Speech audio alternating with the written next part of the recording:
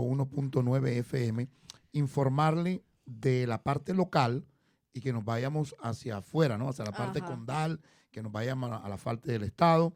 Y por último, que creo que es el federal, que prácticamente no nos afecta automáticamente, sino que a largo plazo nos viene afectando. Pero en la parte local, en el condado de Miami-Dade, han habido tantos comentarios y tanta problemática y nosotros hemos traído a personas republicanos, demócratas, independientes, donde cada uno tiene un punto de vista diferente de lo que está pasando a nivel local. Y creo que usted podría tener a lo mejor una idea más grande, por ejemplo, lo que está pasando con la vivienda, lo que está pasando con los seguros, lo que está pasando con los impuestos. O sea, viendo a nivel del condado, ¿qué es lo que puede el condado hacer? ¿Qué pueden hacer los comisionados para resolver un poco la situación o no pueden hacer nada?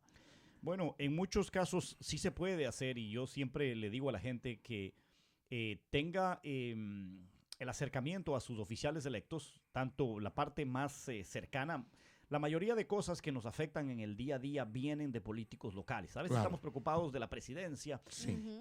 y la mayoría del 80% de las situaciones que ocurren dentro de una comunidad están ligadas directamente al oficial electo.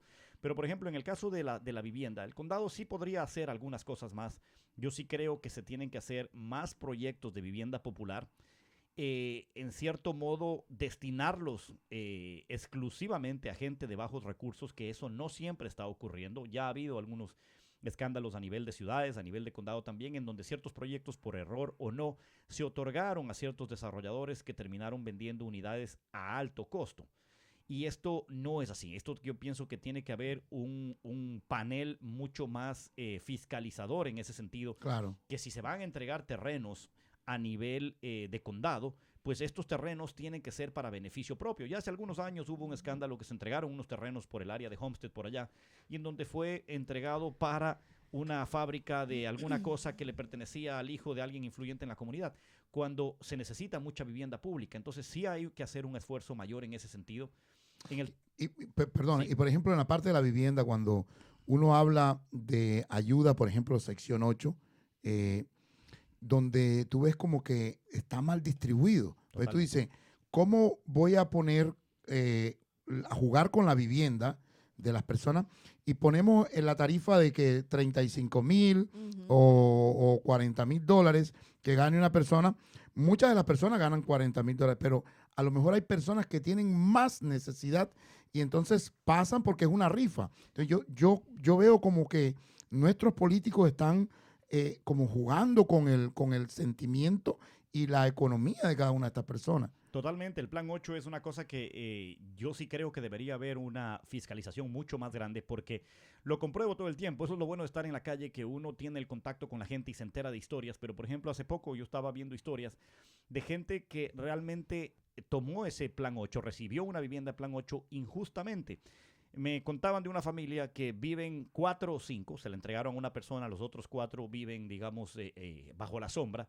Y cada uno de ellos incluso son dueños de negocio y ganan 30, $40,000. Quiere decir que en esa casa hay $200,000 de ingreso. Correcto. Y déjeme decirle que yo he visto y soy testigo de que la persona que le dan sección 8 tiene hasta Mercedes-Benz, Sí, tiene una posición. porque puede. ¿Y qué es lo que sucede? Que no es una persona de primera necesidad que le den esa vivienda, y hay personas que realmente la necesitan. ¿Usted no cree que hay que fiscalizar un poco más esto? Totalmente, porque lo que le decía, mire, por ejemplo, si en una vivienda hay 4 o 5 personas, las 3 o 4 nadie las conoce, nadie sabe porque aplicó una, pero luego trajo a todos sus hijos o a otros familiares, y hay $200,000 de ingreso ahí.